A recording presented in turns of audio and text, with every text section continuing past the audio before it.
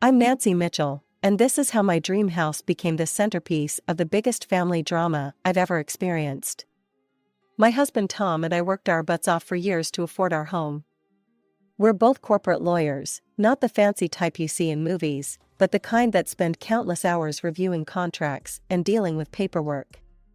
It's not glamorous, but it pays well, and we had a clear goal in mind: our perfect house. "What do you think about this one?" Tom asked me one evening, showing me yet another listing on his laptop. We were sitting in our tiny apartment, surrounded by takeout containers and case files. I leaned in to look. Wait, this might be it. The house was exactly what we'd been searching for: a beautiful 2-story colonial with a wraparound porch and plenty of room for the family we hoped to have someday. The moment we walked through the front door for the viewing, I knew it was meant to be ours.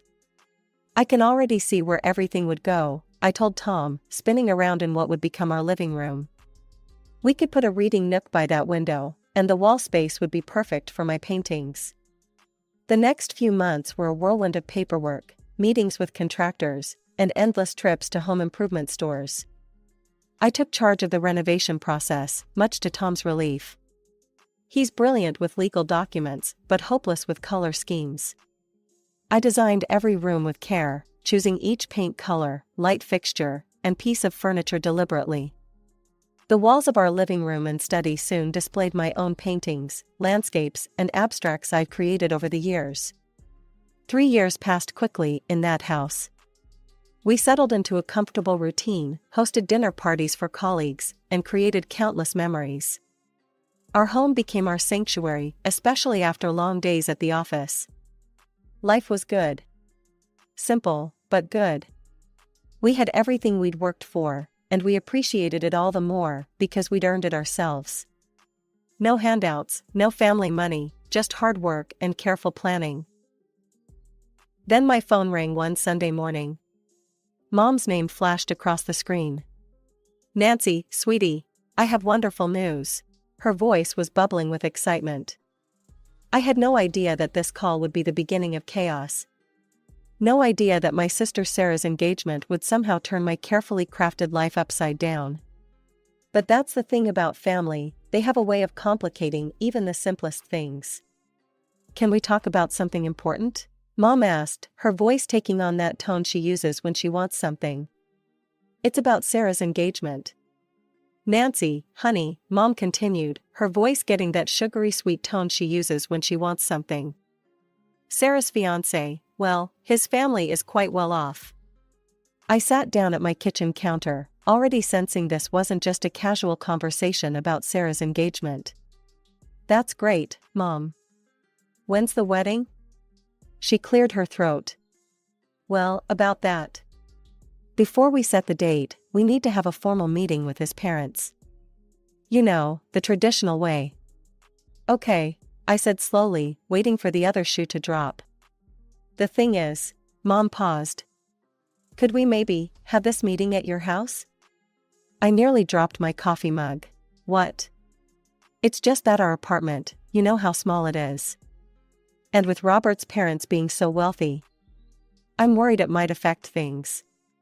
"Mom," I said firmly, "you want me to pretend my house belongs to you and Sarah?" "Just for one meeting," she pleaded. "Sarah's fiancé's parents are very traditional, very focused on status. I don't want them looking down on our family." I pinched the bridge of my nose. This is wrong on so many levels. You can't start a marriage based on lies. "It's not exactly a lie," Mom argued. "More like a temporary arrangement. They'll be moving to Boston after the wedding anyway. We'll rarely see them, and I'll explain everything later."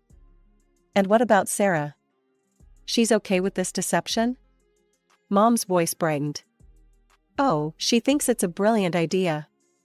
Please, Nancy, do this for your sister." I paced around my kitchen, my mind racing. "Let me talk to Tom." That evening, I explained everything to my husband. To my surprise, he didn't immediately shoot down the idea. "It's just one meeting," he said thoughtfully. "And it would mean a lot to your parents." "Are you serious?" I stared at him. "You're actually considering this?" He shrugged. Sometimes keeping peace in the family is worth a small compromise. Against my better judgment, I agreed. The meeting was set for the following Saturday. I spent the entire week cleaning and preparing, feeling increasingly uneasy about the whole situation. When the day arrived, everyone showed up right on time: my parents, Sarah and her fiancé Robert, and his parents, Mr. and Mrs. Davidson. They were exactly as Mom had described: wealthy, well-mannered, and clearly used to the finer things in life. "What a lovely home," Mrs. Davidson commented, admiring our living room. Before I could respond, Sarah jumped in. "Thank you. I've always believed in creating a warm, welcoming space." I nearly choked on my wine. But that was just the beginning. As we gave them a tour, Sarah played the perfect hostess, discussing her decorating choices and future renovation plans. Then came the moment that made my blood boil. "And this is my sister Nancy and her husband Tom," Sarah said casually, gesturing toward us. "They've been staying with us for a while. You know how hard it is for young couples just starting out." I felt Tom's hand squeeze my arm, warning me to stay quiet. But watching my sister stand there, playing Lady of the Manor while describing us as charity cases she'd taken in out of the kindness of her heart, it took every ounce of self-control not to speak up. The dinner was going surprisingly well, despite my growing discomfort with Sarah's performance as lady of the house. Tom kept shooting me sympathetic glances across the table as we finished our dessert. I thought we were almost in the clear when Sarah suddenly sat up straighter, her eyes sparkling with what I recognized as her brilliant idea. "Look. You know," she announced, setting down her wine glass with a flourish, "instead of renting some impersonal venue, we should have the wedding right here." I inhaled sharply, my fork clattering against my plate. My eyes shot to Mom, who was making frantic "stay quiet" gestures while trying to maintain her smile. "Actually," I managed to say, keeping my voice steady, "I don't think that's the best idea. The layout isn't really suited for a wedding reception. The cleanup alone would be." "Oh, don't be silly," Sarah cut me off with a wave of her hand. "It won't be that many people. Just family and close friends." Still, I persisted, "there's the parking situation, and the neighbors to consider. A proper venue would be much more." "Robert's parents are giving us a honeymoon trip to the Maldives," Sarah interrupted again, beaming at the Davidsons. "We'll leave right after the reception, so we won't even be here for the cleanup." Great. So not only did she want to commandeer my house, but she was planning to leave the mess for me too. Mrs. Davidson looked around appreciatively. "It really is a beautiful space for a wedding. So much character. And it would save quite a bit on venue costs," Sarah added, giving Robert's parents her most winning smile. "We could put that money toward other aspects of the celebration." I watched in horror as the Davidsons nodded approvingly. My house was being volunteered for a wedding venue, and I couldn't even object without exposing the whole charade. Then Mrs. Davidson noticed one of my landscape paintings above the fireplace. "Oh, what a gorgeous piece. The light is captured so beautifully. Who's the artist?" Before I could open my mouth, Sarah jumped in. "Actually, I painted that. I've been painting since I was little." I felt the blood drain from my face. That painting had taken me months to complete. It was from our trip to Maine last summer, a sunrise over the coast that I'd worked on meticulously to get just right. "You're so talented," Mrs. Davidson exclaimed. "Would you consider painting something for me? Perhaps a seascape? I've always loved ocean views." "Of course," Sarah agreed enthusiastically. "Consider it my wedding gift to you. I'll have it ready before the big day." I gripped my napkin under the table so hard my knuckles turned white. Tom's hand found my knee and squeezed it gently, but even his touch couldn't calm the rage building inside me. "Have you completely lost your mind?" I exploded as soon as the Davidsons' car pulled away. "A wedding? In my house? And now you're claiming my paintings are yours?"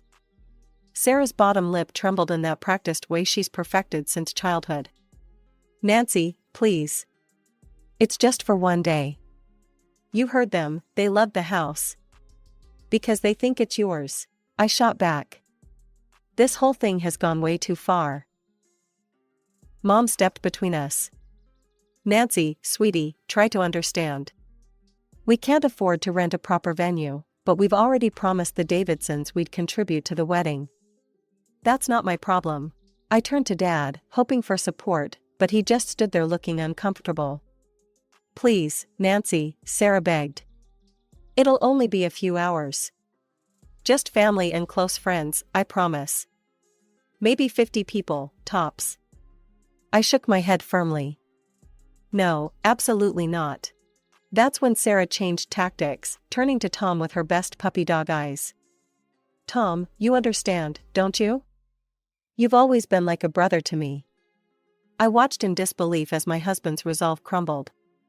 Well, he said hesitantly, maybe it wouldn't be so bad. Just one afternoon.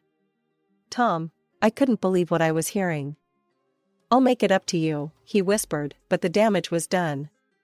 Sarah's face lit up with triumph. Oh, and Nancy, don't forget about the seascape for Mrs. Davidson. That can be your wedding gift to me. I stood there, mouth agape, as she practically skipped out the door. Little did I know, this was just the beginning of Sarah's reign of terror. Over the next few weeks, she treated my house like her personal photo studio. Every day brought new social media posts, getting ready for my big day in my dream home, or can't wait to say I do in this gorgeous space. Then came the day before the wedding. I was working in my home office when the front door burst open. The decorating team is here, Sarah announced, leading in a woman laden with bags and boxes. Before I could protest, they were hammering nails into my carefully painted walls, draping gauzy fabric across my windows, and rearranging my furniture. Stop, I cried as they started hanging fairy lights from my vintage chandelier. You can't just.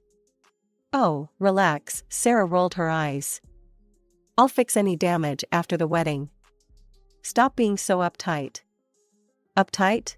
I watched in horror as they pushed my antique reading chair into a corner to make room for what appeared to be a flower arch. This is my house. It's just for one day, Sarah said dismissively, directing the decorator to hang more tulle from my staircase. Everything needs to be perfect for the photos. Crash. The sound of shattering ceramic made my heart stop.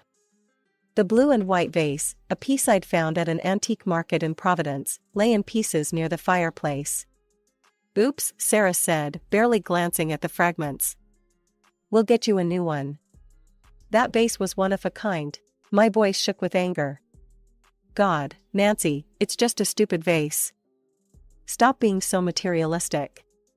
Sarah rolled her eyes and then suddenly brightened. Oh, we need to prepare the bedroom. Before I could stop her, she was charging up the stairs. I followed, horrified, as she burst into my bedroom where Tom was still sleeping after his night shift. Up and at him, she chirped, yanking open the curtains. Tom jolted awake, confused and squinting. What's going on? Sarah tossed a package of new bedding at me. Here, put these on. I got the highest thread count they had, perfect for a wedding night. Wedding night? I sputtered. In our bedroom? Well, duh. It's the master bedroom. Sarah was already rummaging through my closet, pulling out pillows. We'll need to move these, maybe add some rose petals, ooh, and some romantic lighting. Where exactly do you expect us to sleep? I demanded. She shrugged, not even turning around. There's a Motel 6 off the highway. Or you could crash at Mom and Dad's. I looked at Tom, who was sitting up in bed, his guilt-ridden expression matching his bed head. This was all his fault for giving in to her demands. Sarah, he started, clearly trying to backpedal, maybe we should. Oh, she spun around suddenly.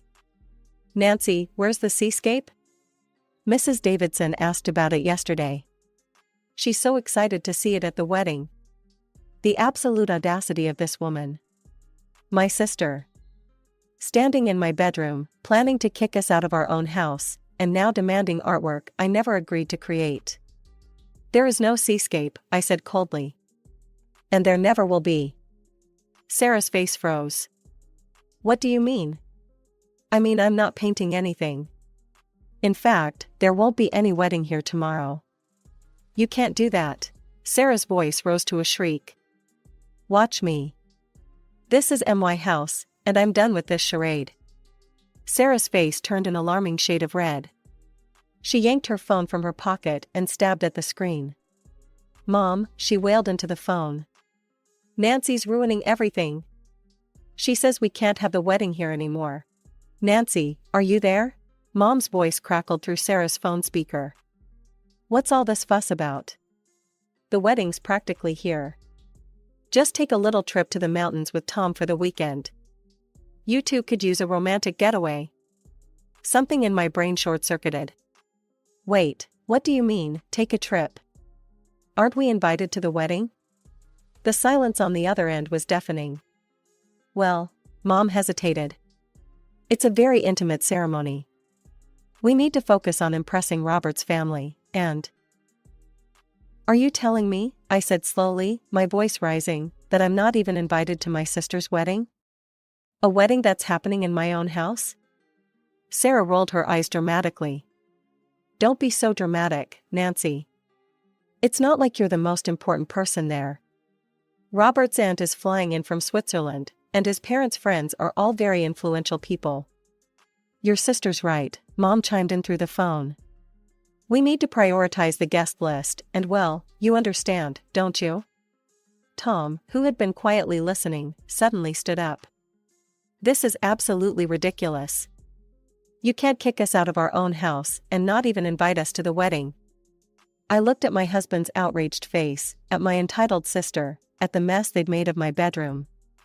And suddenly, something clicked in my mind. A plan started forming. You know what? I said, my voice surprisingly calm. You're right, I'm being silly about all this. Sarah's face lit up with surprise and triumph. Really? Finally, you're being reasonable. Yes, I smiled sweetly. You go ahead and finish decorating. Tom and I will head to the mountains for a romantic weekend. I caught Tom's confused look and gave him a subtle wink. His eyes widened slightly, but he played along. Here, I said, handing Sarah my house keys. Just make sure everything's cleaned up after. Of course, Sarah beamed, pocketing the keys. See? I knew you'd come around eventually. She and the decorator spent another hour putting final touches on their wedding wonderland, while Tom and I quietly packed overnight bags. When they finally left, Sarah was practically skipping with satisfaction. As soon as we got in our car, Tom turned to me. Okay, what are you planning? Because I know that look, and that wasn't surrender back there. I started the engine, a small smile playing on my lips. Just trust me, honey. Sometimes you have to let people think they've won, to teach them a lesson they'll never forget. By this time tomorrow, everyone will understand exactly whose house they'd been taking for granted. As we headed toward the mountains, I couldn't help but feel a little thrill of anticipation. Sarah thought she had won, but she had no idea what was coming. Sometimes being a lawyer has its advantages, especially when it comes to understanding property rights and security systems. The morning sun was streaming through our hotel room window when my phone rang. The security company's number flashed on the screen. Mrs. Mitchell? This is Derek from Home Shield Security. We've detected an entry alarm at your residence. The patrol is en route now. Thank you for letting me know, I replied, unable to suppress my smile. Please keep me updated. Tom looked up from his coffee. It's starting, isn't it? Before I could answer, my phone erupted again. This time it was Mom. Nancy, she screamed into the phone. What is the meaning of this? There are security guards here. The alarm won't stop. You need to call them right now and tell them you gave us permission to be here. Did I? I asked innocently. I don't recall giving anyone permission to use my house today. But you gave Sarah the keys. I gave Sarah keys, yes. That doesn't mean I gave permission for a wedding party to enter my private property. The security company called again while Mom was still spluttering. Mrs. Mitchell, we have a situation here. There's a group of people claiming they have permission to use the house for a wedding. They have keys, but no documentation. We need your confirmation. I absolutely did not give permission for anyone to use my house today, I said firmly. In fact, I'm quite concerned about this unauthorized entry. I could hear the chaos unfolding through the phone, Sarah's hysterical crying, guests murmuring in confusion, and the guard's professional but firm voice requesting everyone to step outside. Then came the moment I'd been waiting for, Mrs. Davidson's voice, sharp with dawning realization. What do you mean this isn't your house? Ma'am, the security guard explained, this property belongs to Nancy and Thomas Mitchell. Without their explicit permission or presence, this gathering constitutes unauthorized entry. Sarah, Robert's voice cut through the commotion, you lied to my family? About owning this house? I can explain, Sarah wailed. Everyone will need to come down to the station to sort this out, another voice announced. Police had arrived. The next few hours were a parade of phone calls. The police confirming my statement that no, I hadn't authorized a wedding in my house. The security company updating me on the situation. And finally, a call from a very subdued mom. Your sister's been released with a warning, she said quietly. But, Robert, he called off the wedding. Said he couldn't marry someone who would build their relationship on lies. His parents are furious. They're calling us social climbers and frauds. I let that sink in for a moment. Well, aren't they right? Actions have consequences. Maybe Sarah'll learn something from this. After hanging up, I turned to Tom, who had been listening to my side of the conversations with growing amazement. You planned this all along, didn't you? He asked. From the moment you handed over those keys? Let's just say I knew exactly what would happen when they tried to enter a house with a state-of-the-art security system they didn't know existed. Tom shook his head, but he was smiling. Remind me never to get on your bad side. Tom and I returned home the next morning to find our house looking like an abandoned theater set. Tulle and fairy lights hung limply from the walls, wilting flowers scattered across the floor, and chairs arranged in neat rows for a ceremony that never happened. We spent the morning restoring our home to its former state, working in comfortable silence. Each decoration we removed felt like reclaiming a piece of our sanctuary. When we finally collapsed onto our couch, now back in its proper place, someone knocked at the door. It was Mom and Dad, looking like they'd aged 10 years overnight. How could you do this to your sister? Mom burst out before I could even invite them in. Do you have any idea how humiliated we all were? How could I? I repeated incredulously. How could you? You tried to steal my house for a wedding I wasn't even invited to. Dad stepped forward, his face stern. We've been talking, and if you don't apologize to your sister and make this right, you can forget about any inheritance. The family cabin, your grandmother's jewelry, all of it will go to Sarah. To their surprise, I laughed. A real, genuine laugh that felt like releasing years of pent-up frustration. Keep it, I said, gesturing around me. Everything in this house, everything Tom and I have, we earned ourselves. We don't need your inheritance, and we definitely don't need your approval of how we defend our home and our dignity. You've always been selfish, Mom spat. Always thinking you're better than everyone else with your fancy job and your big house. No, Mom. I just respect myself enough not to let people walk all over me, even family. Especially family. Then you're no longer part of this family, Dad declared. Don't call us, don't visit. You're no longer our daughter. They turned and stormed out, slamming the door behind them. The sound echoed through the house, but strangely, I felt no pain, only relief. Tom wrapped his arms around me. Are you okay? I leaned into his embrace.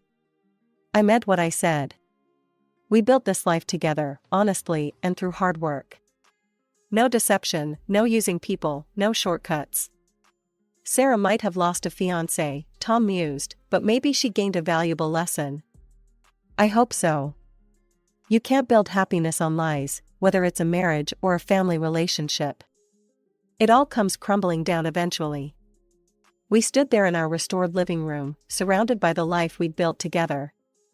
On the walls, my paintings, my real paintings, caught the afternoon light. The furniture was back where it belonged. Everything was in its right place. "You were right, you know," Tom said softly. "The most important thing in a family is mutual respect."